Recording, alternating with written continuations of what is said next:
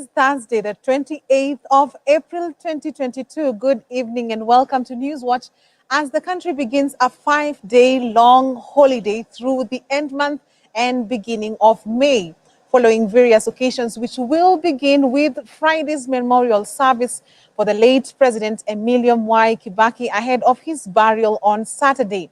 Monday will be an extension of Labor Day since it falls on a Sunday, while Tuesday will be Eid al-Fitr celebrations, which mark the end of Ramadan. I'm Tess Jenga, and my sign language interpreter is Boniface Mureithi. You can share with us some of the things you will remember the late President Mwai Kibaki for on our live stream on Facebook or YouTube under Hope TV Kenya, and we will sample them as we go along. Government has reiterated, the government has reiterated its efforts to ensure a continued supply of petroleum products in the country, despite reports of another looming fuel shortage. Acting Petroleum and Mining Cabinet Secretary Monica Juma on Thursday dismissed claims that the country is facing fuel shortage following public uproar just days, after Kenyans were forced to queue on the roads day and night in search for the oil. The CS said Kenya has enough fuel to last customers at least 12 days. Just a few days after Kenyans were forced to sleep on highways and estate roads in search of fuel, there have been reports that the country is staring at a looming fuel shortage. A section of Kenyans took to social media to lament after motorists were seen queuing in some of the petrol stations in parts of the country, including Nyanza, Western Region, Rift Valley, and parts of Nairobi County. In a statement on Thursday in response to the report, Acting Petroleum Cabinet Secretary Monica Juma said there are 97.4 million liters of petrol and 77.8 million liters of diesel to last Kenyans at least for 12 days, allaying shortage fears. According to Juma, the available petrol can last Kenyans 17 days, while the diesel can last 12 days. That failed. Her statement came just a day after officials from the Petroleum Ministry and oil marketing companies met over the fuel shortage report, where she said that the fuel demand in Nyanza, Western and Rift Valley regions is being driven by the preference of transit customers to fuel in Kenya, owing to the price differences with the neighboring countries. The ministry asked all marketing companies in Kenya to adhere to the 60-40 fuel sale ratio, which dictates that the oil firms must sell at least 60% of the fuel in the country and at most 40% of the fuel to foreign markets. But according to the Secretary General of the Central Organization of Trade Unions, Koto Francis Atuli, unscrupulous political leaders are colluding with the unscrupulous oil marketers to hoard fuel in an effort to destabilize the country's economy and paint President Kenyatta's government in bad light. Unscrupulous politicians wameungana na unscrupulous businessmen katika oil industry. They want to frustrate you. Ni scheme ya mafuta kukosekana kila wakati. Muwe frustrated, mseme sisi hatuwezi kutoka kwenda kupigia Raila Amolo Odinga. Hawa ni ungana na Uhuru Kenyatta. Hata mafuta katika nchi hii hatuwezi kupata mafuta. Hata hatuwezi kupata nini. Mambo yote imeharibika. Sisi ni watu wa tangatanga. It's a scheme. Atuli was speaking during an event in preparation for May 1st Labor Day celebrations, where he asked all Kenyans to be wary of such politicians. The Kenya Pipeline Company has since been asked to continue its petroleum loading operations throughout the coming long weekend. Dika Sulvanda, Hope TV News. Thank you, Dickens, for that report. The nation is gearing for the International Labor Day celebrations on Sunday, May 1st at Nyayo Stadium in Nairobi. According to Secretary General Francis Atuli, commemoration will be led by President Uhuru Kenyatta. The Labor Day celebrations will be the last for President Kenyatta to preside over before retiring this year. Has more. The preparations for the country's Labor Day celebration are expected to be completed by Saturday evening at Stadium in Nairobi. As it is every year, fast way, Kenyans flock to Juba to celebrate the day in anticipation of the announcement of the pay rise from the president. But this year, 2022, the ceremony will take place near Stadium following the ongoing renovation at Uhuru Park. Completion of preparation for the ceremony has been delayed following Today's request of retired President Mwai Kibaki, who passed away on April 22nd. It is expected to be buried on Saturday at his home in Nyeri County. Addressing the meeting in Thursday, Nairobi, Corporate Secretary and Francis Atwoli said that President Uhuru Kenyatta will preside over the national celebration, which will be the last Labor Day celebration as the head of state since he retired after the August 9th general election. Over the last decade, we have made the most ambitious investment. Following the demands by Kenyan workers, Atwoli signaled out that he would personally seek an answer from President Kenyatta after what the country's workers' money has been lost in corruption scandals, the economic downturn, and job losses. Ile corruption iko katika nchi ni mbaya, my friend. Now, if we don't stop it, I want to tell you something. It will be very painful for you. Kama unaweza kusimamisha hawa, wewe jiulize, Mungu aliandikwa na Round Country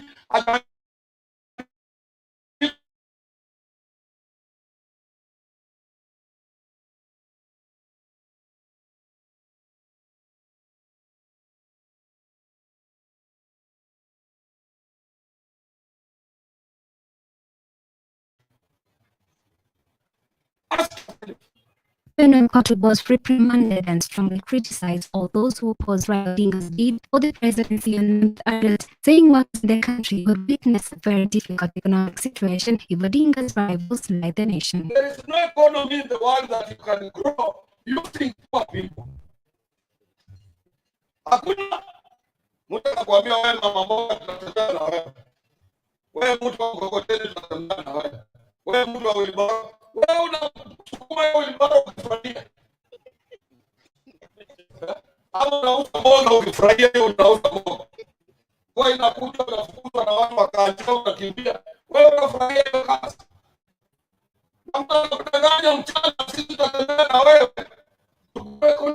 Dolly Mirigi Hope TV, Nairobi.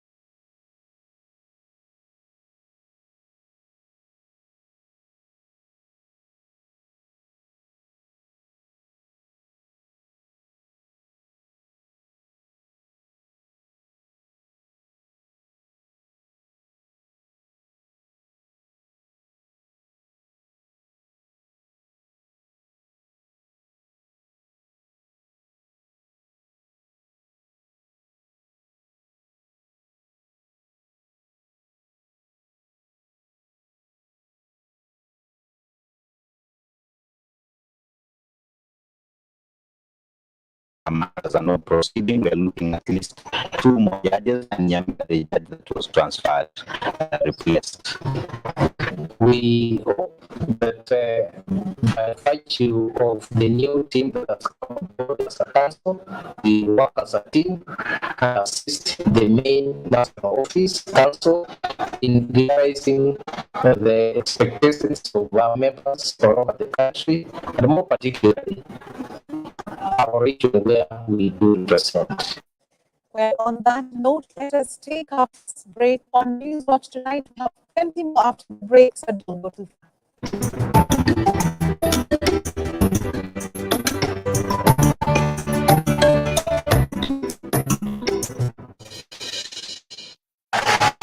The CA Broadcasting Awards 2022 is here again. Time to celebrate excellence in Kenyan broadcasting under the theme Raising the Standard of Excellence in Broadcasting. At no cost, vote for Hope FM and Hope TV as your favorite radio station and TV station. To vote for Hope, SMS the word KUZA to 15601 and answer the 4 simple questions and press send. The text message is absolutely free. Voting ends on 8 May 2022. Hope FM, listen and live. Hope TV, look and live. The CA Kuza Broadcasting Awards is an initiative of the Communications Authority of Kenya. Hope TV is now available on Google Channel 103, Zuku Channel 873, CNET Channel 817, and Star Times Channel 026. Enjoy our uplifting content and family-friendly programming anytime. Hope TV, you look and live.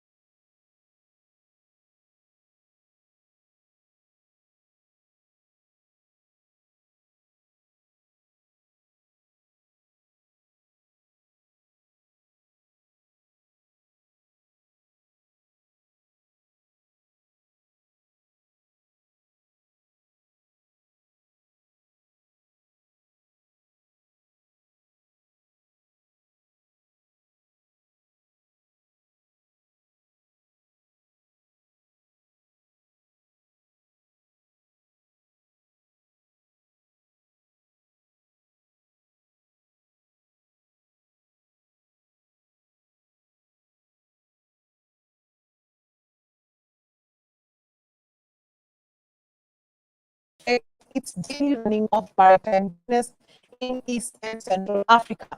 SG said the leaders claim there has been no government project initiated by the national government in the tourist resort city of Mombasa. Yet the state government has pumped 38 billion shillings for the construction of the Dongo Kundu Special Economic Zone, which will help in the boost of maritime trade in East and Central Africa. Hatukubali port ifanyiwe sasa. If anybody wants to help the port, to order permit ya kuseal whatever they think is not happening in the right way. Tuko na mambo mengi sahi. Government has put in 38 billion investment in the Dokundu Special Economic Zone. Hiyo inataka concerted efforts of the leaders walete investors waweze kubadilisha pwani au uchumi ya pwani kupitia Special Economic Zone. 2013, 2017 nilisikia wale ambao walikuwa wakigombania presidential wakisema kwamba wataleta Dubai ije Kenya. Sasa Kenya Dubai imekuja kupitia Dokundu. Tunahitaji concerted efforts so that Dokundu becomes a reality. So the reasons why we have called for a press today ni kwamba we are inviting serious leaders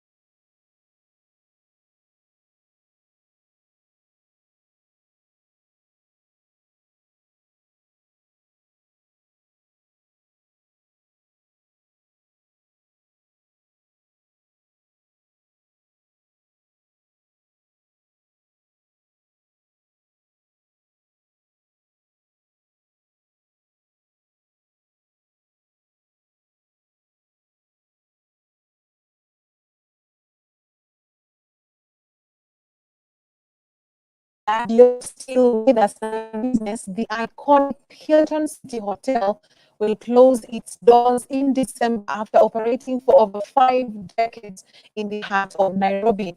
The renowned hotel, which has 40.57% shares owned by the government, said it will continue to operate its other brands in the country.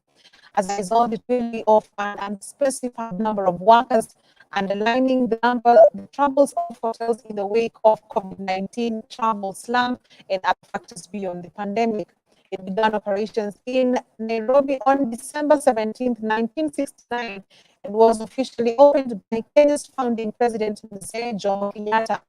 At inception, Hilton was the tallest building in Nairobi and a popular base for tourists to Kenya seeking adventures in the country's famed game parks and reserves.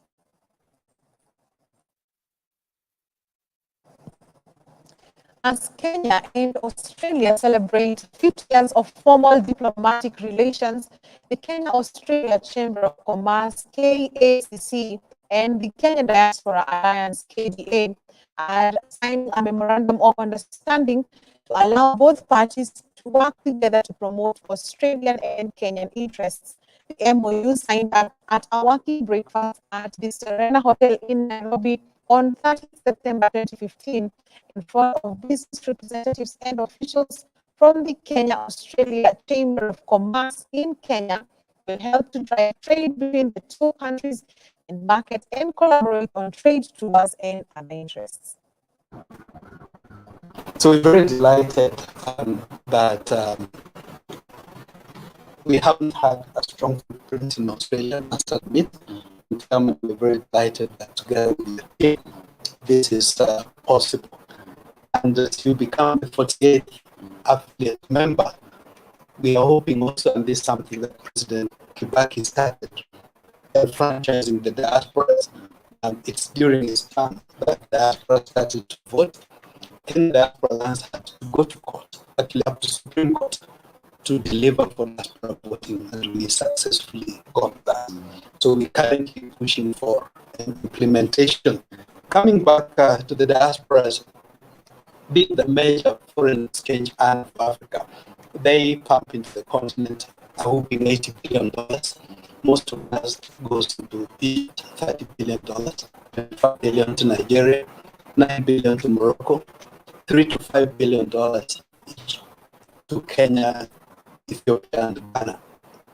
For Kenya, the 3.8 billion, according to CBK, Central Bank of Kenya, last year that was remitted, is more than what we get from all the three agricultural exports put together. Our core mandate, as it says, connecting businesses to businesses, the trade, and also marketing the both countries. Both of us are proud to be Kenyans and also Australians. So we see this as a good staging ground. And even in terms of the events that we do in Australia right now, the CPF is planning to come to Perth on October. We have other groups that want to visit. We can still work together in terms to ensure that that is quite efficient. Annual Financial Services has been awarded 150 students set to join secondary school with 10.8 million Kenya shillings in school fees grant under the N-Wealth Fanisi program. The program, which is part of the organization's commitment towards improving the welfare of the society, supports bright but disadvantaged and underprivileged students by granting them full secondary school fees scholarships and mentorship to help them focus on their studies. The number of beneficiaries is the highest in a single year since the program was introduced 10 years ago. From over 500 applicants received this year, 120 students made the cut, bringing the total beneficiaries to over 450 and the total disbursed amount to more than 30 million Kenya shillings in grants.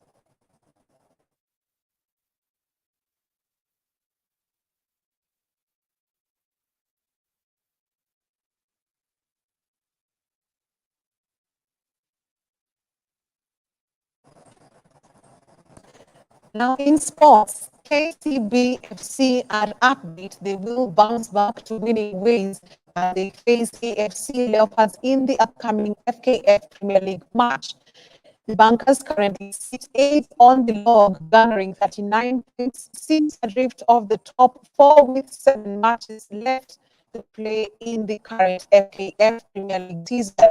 Assistant coach Godfrey Odor says the team's captain Michael Mutinda and fullback Baraka Badi are in bout to force Sunday's match after picking injuries in the last contest.